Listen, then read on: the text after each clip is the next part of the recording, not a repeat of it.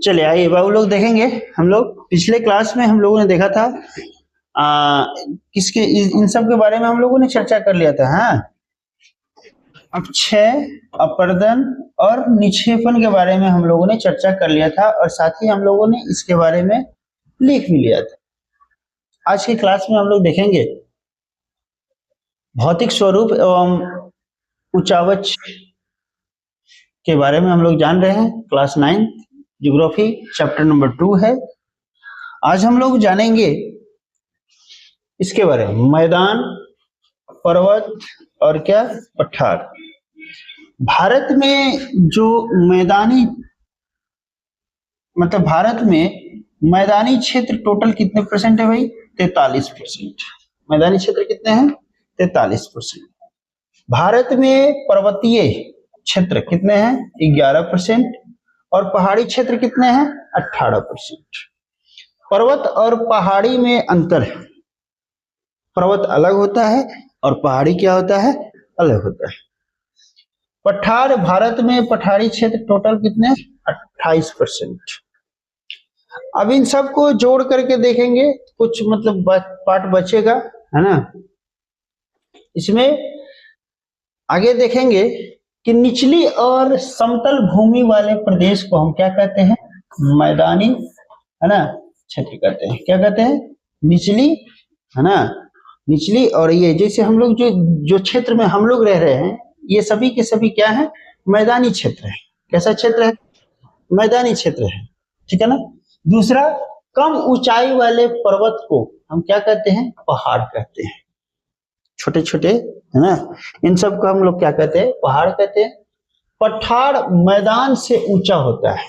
पठार जो होता है ना, जो मैदानी क्षेत्र होता है, जो जमीनी लेवल होता है, ये जमीनी लेवल होता है ना, इससे ऊंचा जो होता है ना, उसको हम लोग क्या कहते हैं? पठार। यानी कि मैदानी से क्षेत्र से ऊंचा होता है और उसके ऊपर का भाग कैसा होता है? सपाट होता है। कैसा होता है? सपाट होता है।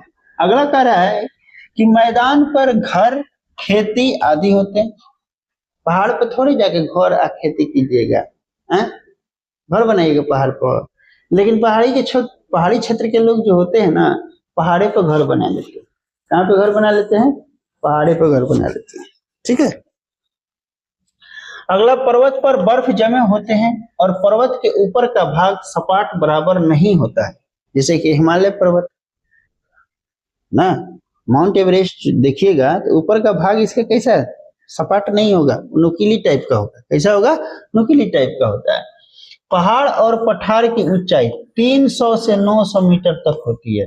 पहाड़ की ऊंचाई कितना? पहाड़ की ऊंचाई कितना? पहाड़ की ऊंचाई कितना? 300, है ना, से कितना? 900। कितना होता है? 900। या पहाड़ हो या पठार हो, इसकी ऊंचाई कितना होती है? 300 से 900 मीटर तक होती है। मैदान की ऊंचाई कितना होता है? जीरो से कितना? 0 से 300 मीटर। मैदानी क्षेत्र का ऊंचाई जो होता है, 0 से कितना होता है? 300 मीटर। अगला, पर्वत की ऊंचाई 900 से 8000। जो पर्वत होता है ना, तो हिमालय क्या है? पर्वत है। हिमालय क्या है? पर्वत है ना। मीटर से अधिक तक होती है। 900 से अधिक मतलब 900 से लेकर के 8000 तक, मतलब 8000 मीटर तक होती है। लेकिन पहाड़ और पठार, पर्वत में अंतर है। पर्वत ये होता है, ठीक है ना, और पठार और पहाड़ ये होता है। बात समझे कि नहीं समझे? अगला कह रहा है, भारत के भूगर्भ शास्त्रियों ने प्लेट विवर्तनिक का सिद्धांत दिया और इस सिद्धांत के द्वारा भूगर्भ शास्त्रियों ने बताया कि पृथ्वी कई प्लेट में बटे हुए हैं। पृथ्वी कई प्लेटों में बटे हुए हैं। जरा देखेंगे। अब हम लोग थोड़ा सा इस पे चलेंगे। कहाँ चलेंगे? डायग्राम पे, ठीक है ना। प्लेट देखते हैं कैसा है।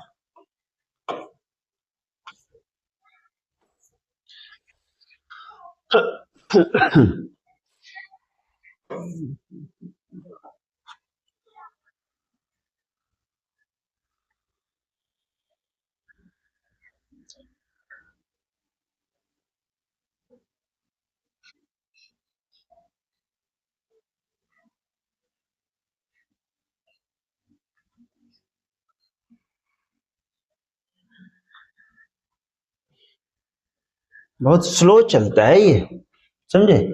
हम लोग को प्लेट देखना है, क्या देखना है, प्लेट देखना है, यानी कि पृथ्वी के नीचे जो प्लेटें हैं उसको हमको देखना है, थोड़ा सा आपको दिखाना भी है कि कैसा होता है, ठीक है ना। बाकी महानुभाव लोग नहीं आए हैं, उन लोग तो खैर जीनियस आदमी लोग हैं, है कि नहीं। वो लोग जीनियस हैं, उन लोगों के पास सिक्स सेंस है, यानी कि छठी सेंस। आइए ज्योग्राफी।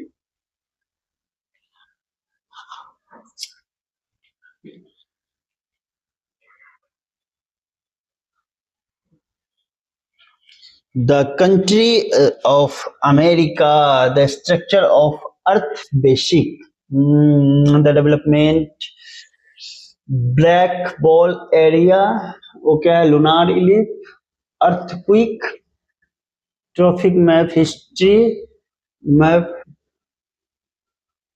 हमको लग रहा है तो उसी में प्लेट में आएगा, अर्थक्वेक में ही प्लेट आएगा, उसी में आएगा ना प्लेट। फिर भी एक बार नीचे देख लेते हैं।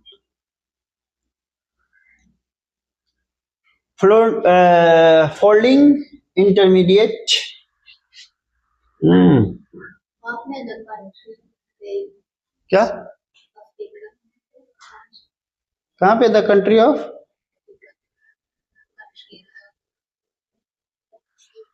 वो तो अफ्रीका का कंट्री है, वो थोड़ी देखना है, हमको प्लेट देखना है ना भाई। हाँ हाँ हाँ, ये सुनामी हो गया, ठीक है ना, तो इसी में आएगा, प्लेट भी आएगा। बड़ी स्लो चल रहा है यार, जो पुराना वाला ही सही था, नया वाला बेकार है, बड़ी स्लो चलता है। क्या चल रहा है, फंस फंस के चल रहा है,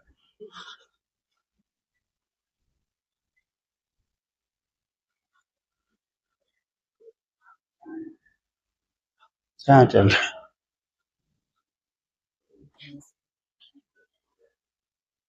खत्म हो गया क्या, इतना ही थका, इतना ही कैसे होगा, वही तो कर रहा है। जाएगा जाएगा ग्लेशियर। अच्छा, एक हाथ से पहुंचाया जाएगा ना। इलेक्ट्रिक सप्लाई नेटवर्क हो गया, एडमिनिस्ट्रेटिव, जुपिटर, ओशियन करेंट। हमको लग रहा है उसी में प्लेट, उसी में आएगा, बात समझ रहे हैं ना कुलसुम। हाँ, ये क्या है, लेयर ऑफ द ओशियन।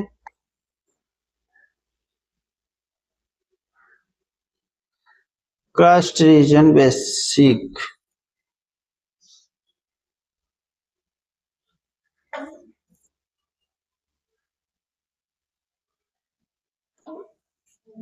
हो गया नहीं, इतना ही है नहीं, तो इसका मतलब प्लेट वही में आएगा बबू।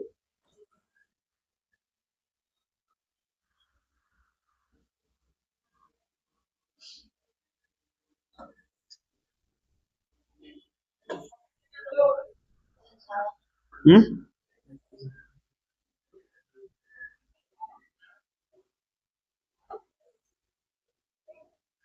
और कथी था, फ्लोटिंग बेसिक। एक यहाँ पे क्या था भाई, ये तो वोल्केनिक एक्टिविटी है।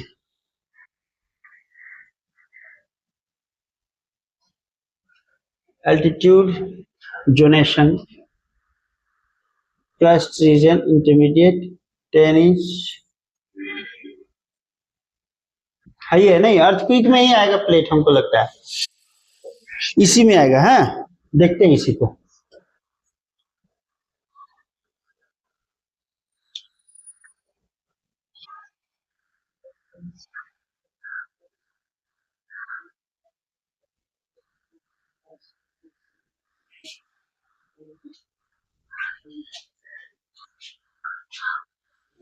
हम्म,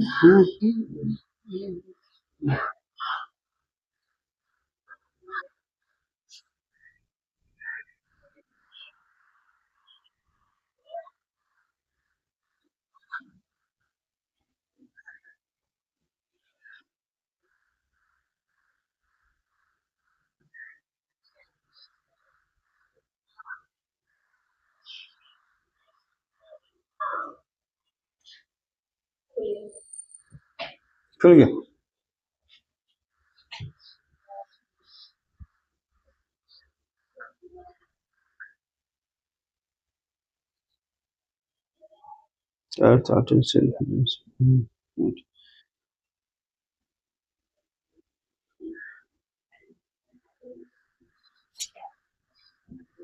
खुल गया।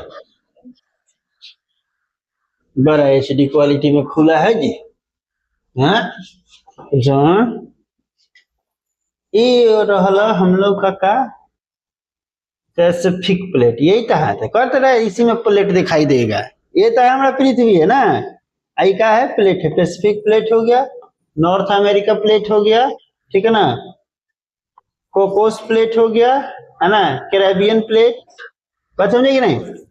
बड़ा HD क्वालिटी में दिखा रहा है कि नहीं, वाह जी बढ़िया दिखा रहा है। कैरेबियन प्लेट, उसके बाद साउथ अमेरिका प्लेट, यानी कि हमारी जो पृथ्वी है बहुत सारी प्लेटों में क्या है विभक्त है, बहुत सारी। तो वही चीज ना वहां पे दिखाई दे रहा था हम लोग को, यहाँ पे यही चीज ना दिख रहा था।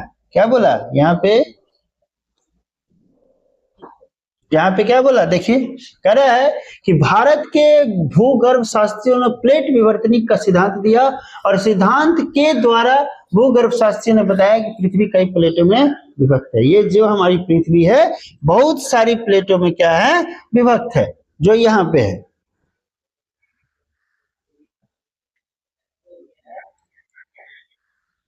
यहाँ पे ठीक है, ये चीज है। अब आता है रिसेंट मेजर अर्थक्वेक।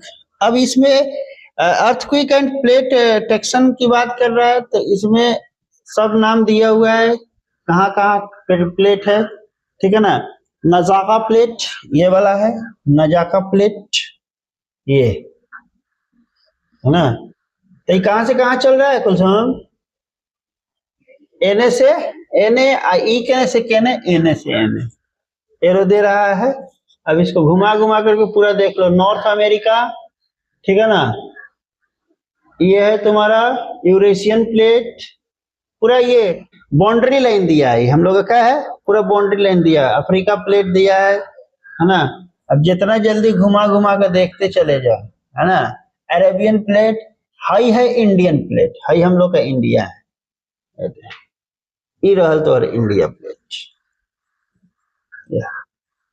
ठीक है, ये हम लोग का इंडियन प्लेट रहा। रिसेंट मेजर अर्थक्वेक, अभी हाल ही में रिसेंट में ये यहाँ जो है ना अर्थक्वेक हुआ है ना, 26 मतलब कि 29/4/15 और 29/9/2015, हाँ 7:06 7.6 अर्थक्वेक हुआ है, मतलब भूकंप आया है, ये बात कर रहे हैं। म्यांमार में इतना है, चाइना में इतना है ना, ताइवान में इतना है, चाइना 28/3/2025। तो कही तो रहा है ना कि रिसेंट अभी हाल ही की बात कर रहे हैं ना, ये सब जगहों पर तुम्हारा क्या हुआ है, ये अफगानिस्तान में भी हुआ है। खोल दो थोड़ा, खोलो तो क्या है देखो तो, चाइना में है, ठीक है ना, इन सब जगहों पर हुआ है। अब है ना नहीं हुआ है, रिसेंटली वहां मतलब कि अर्थक्वेक हुआ है वहां पे। ये जहां जहां रेड जोन तुमको दिख रहा है ना, वहां वहां ये सब जगह पर क्या हुआ है रिसेंटली, मतलब हाल ही में ये अर्थक्वेक हुआ है, ये सब जगहों पर हुआ है, ठीक है। यहाँ हुआ है, ये कौन सा, जापान में हुआ है। जापान में कितना, 11/3/2011 को हुआ है वो, और 15/2/2021 को हुआ। दूसरा जापान में कितना, 25/10/2013 का हुआ, यानी कि 13 के बाद जापान में अर्थक्वेक नहीं हुआ है, यानी कि भूकंप नहीं हुआ है। हम लोग का भारत में तो खैर भूकंप नहीं होता है, होता है भूकंप होता है, सबसे ज्यादा पहाड़ी क्षेत्रों में भूकंप होता है, और उधर के झटका इधर हम लोग को महसूस करने को मिलता है, बात समझे कि नहीं। तो ये रिसेंटली अर्थक्वेक है, हर जगह जगह जहां जहां तुमको दिखाई दे रहा है ये सब मतलब कि अर्थक्वेक तुम्हारा हुआ है, ठीक है ना। उसके बाद में व्हाट कॉजेज अर्थक्वेक, यानी कि अर्थक्वेक का कारण क्या है, यानी कि पृथ्वी के अंदर जब ये आपस में ये प्लेटें क्या होती हैं, आपस में जब ये टकराती हैं तब जाकर के यहाँ पे क्या होता है, भूकंप होता है। और जो भूकंप होता है वो उसका क्या होता है, केंद्र होता है। जहां पे केंद्र होता है वहां पे सबसे ज्यादा क्षति होता है, सबसे ज्यादा नुकसान होता है, ठीक है ना। जैसे कि मान लीजिए कि नेपाल में भूकंप हुआ, ठीक, तो जहां पे भूकंप होगा वो उसका केंद्र होगा, उसका रेडियस होगा, ठीक है ना। उस केंद्र में सबसे ज्यादा आपका क्या होगा, क्षति होगा। लेकिन मान लेते हैं कि हम लोग है बिहार में है या इंडिया में, तो नेपाल से हम सटले हैं और हम कहाँ पे हैं, मैदानी क्षेत्र में, तो हम उसका क्या करेंगे, झटका महसूस करेंगे। क्या करेंगे, झटका महसूस करेंगे। जैसे कि ये टकराया है, ठीक है ना, एक ये प्लेट हो गया, एक ये प्लेट हो गया, ठीक है ना, इस तरह का है ना। और ये दोनों प्लेट आपस में चल रहे हैं, यानी कि लाखों करोड़ों प्लेटें नीचे में चल रहे हैं, है ना।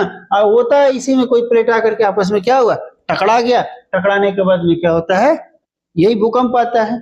अगला आता है, देखिए कैसे चलता है, ऐसे ही चलता है, ठीक है।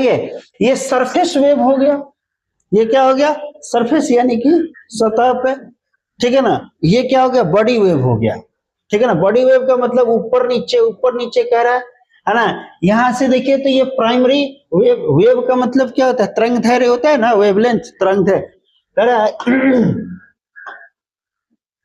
कह रहा है यहाँ पे कि it is a body wave that is the travel below the earth, है ना, अर्थ सरफेस यानी कि सरफेस पर, ठीक है ना। उसके बाद कह रहा है it is a longitudinal wave, its speed is twice, इसका स्पीड क्या होता है, दो गुनी होती है। कितना गुनी होती है, स्पीड कितनी होती है, दो गुनी। If the transverse wave therefore it is dedicated by, है ना, किससे, सिस्मोग्राफ से। किससे मापा जाता है, सिस्मोग्राफ से। दूसरा ये प्राइमरी हो गया, ये सेकेंडरी हो गया, है ना। इसके लिए इधर से ये प्राइमरी, ये सेकेंडरी, है ना। इधर से लव वेव, है ना, उसके बाद में इधर से लव वेव, रायलीजिक वेव, उसके बाद में सेकेंडरी वेव इधर से, ठीक है ना। तो इसके लिए इसमें हमको लग रहा है प्राइमरी, ये भी सेकेंडरी, ये भी सेकेंडरी है, हमारा लगा था थर्ड होता है, ठीक है ना। यहाँ पे सेकेंडरी वेव में क्या कह रहा है, देख लीजिए यहाँ पे, है ना। अबे खुल ले बड़ी इट इज बॉडी वेव, है ना, meaning it travel below the earthquake surface, यानी कि बिलो द अर्थक्वेक यानी कि अर्थक्वेक से पहले। बिलो का मतलब क्या था, पहले। It is a transverse wave, particle move, है ना, perpendicularly to the direction of travel in a vertical to horizontal. कहां से कहां ट्रेवल करता है, हॉरिजॉन्टल से कहां, सॉरी वर्टिकल से कहां चलता है, हॉरिजॉन्टल प्लेन में चलता है। It travels at half the speed, यानी कि स्पीड का कितना, आधा, of the longitudinal wave, therefore it is the dedicated by the seismograph. इसको भी हम लोग किससे डेडिकेट कर सकते हैं, सिस्मोग्राफ से हम लोग कर सकते हैं। अगला कर है, इसका सेकेंडरी में कर है, it is a body wave meaning that travel below the earthquake surface. It is the transverse wave particle move perpendicularly to the direction of the travel in a vertical to horizontal. इसमें भी vertical to horizontal plane, travel at half of speed. Speed का क्या होता है, आधा, ठीक है ना। अब ये किसको बॉडी वेव बोलते हैं, इसका जो है ना ये पूरा बॉडी वेव कहता है ना। ये पूरा का पूरा कुदुक रहा है, पूरा शरीर कुदुक रहा है। जैसे कि मान लेते हैं कि जैसे अर्थक्वेक आता है ना जमीन पे, तो बिल्डिंग जो होता है ना, तो बिल्डिंग का खाली ऊपर सिला थोड़ी हिलता है, पूरा नीचे से लेकर के ऊपर तक, यानी इसको हम लोग क्या बोलते हैं, बॉडी वेव, अर्थक्वेक कहते हैं। और सरफेस वेव में ये आता है लव वेव, क्या आता है, love wave. It is a surface wave meaning of the travels along the earth's surface. It is a result of the interference of longitudinal wave with the horizontal transverse. कहां से कहां, horizontal transverse wave, the particle move in horizontal to plane. अब क्या कर रहा है, vertical to horizontal, वो क्या कर रहा है, vertical to horizontal, ये कर रहा है horizontal, ठीक है ना। अगला कह रहा है the particles move in horizontal plane to perpendicular. Horizontal से क्या, परपेंडिकुलर का मतलब क्या होता है, लंबवत। परपेंडिकुलर मतलब क्या होता है, लंबवत, ठीक है ना। The direction of the travel, the amplitude of particle, उसमें क्या था, अल्टीट्यूड था, इसमें क्या था, amplitude of particles motion in such greater than the case of body wave, यानी कि इससे क्या होता है, बड़ा होता है, बट इट क्विकली डिक्रीज मतलब ये जितना तेजी से उठता है उतना जल्दी घटता भी है। विद द डेप्थ, है ना, it travel at higher speed, ये हाफ ऑफ स्पीड में चलता है और ये ट्रेवल करता है, सबसे ज्यादा स्पीड में ट्रेवल करता है। And then other type of surface wave, यानी कि अलग और सब सरफेस वेव से ये सबसे ज्यादा क्या होता है, लव वेव सबसे ज्यादा तेजी में चलता है। अगला करता है ये, ठीक है, ये सारी चीजें दिया हुआ है, ठीक है। अगला कर रहा है मेजरिंग अर्थक्वेक, ये अर्थक्वेक मेजरिंग मतलब मशीन है ना, सिस्मोग्राफ, इसको हम लोग क्या बोलते हैं, इस मशीन को क्या बोलते हैं, सिस्मोग्राफ बोलते हैं। ऐसे ही मशीन लगा हुआ रहता है ना, और सिस्मोग्राफ से इस पे क्या होता है, ग्राफिंग चलता रहता है ना। स्प्रिंग सस्पेंशन है ये, ठीक है ना, वेटेड पेन है, ठीक है ना, जो कि ये पेन इस पे क्या कर रहा है, इस पे ऑब्जर्व कर रहा है। जैसे कि हम लोग हार्ट चेक कराने जाते हैं, हार्ट चेक करा तो उस पे ऐसे ही कागज होता है, उसी पे हार्ट का हम लोग का है ना ईसीजी जिसको बोलते हैं, हम लोग क्या बोलते हैं, ईसीजी, ठीक है ना, ऐसे ही होता है, ठीक है। अगला कह रहा है अर्थक्वेक इंजीनियरिंग, देखो बोले ना घरवा वाला, है ना, ये देखो ये गिर गया,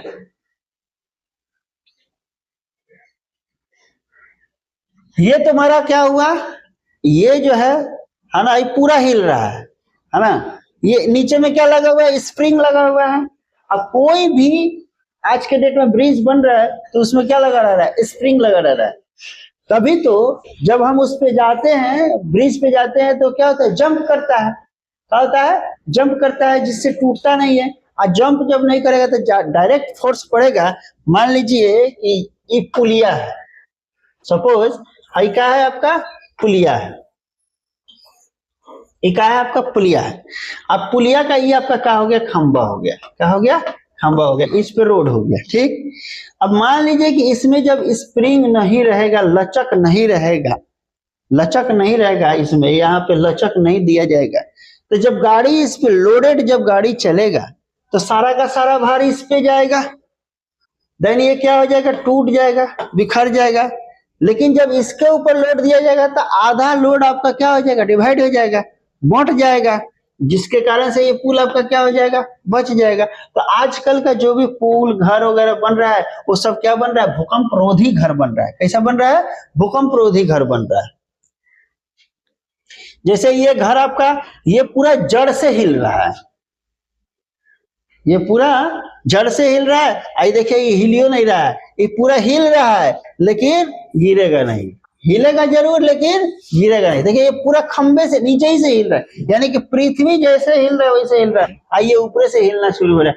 अब जो घर में पिलर बीम दिया रहता है ना, कसाया रहता है, वो थोड़ा सा टाइम लगता है गिरने में, लेकिन जो बिना बीम पिलर का होता है वो जल्दी मतलब कि गिर जाता है, ठीक है, समझ में आया। तो यही आपका प्लेट है, यही आपका।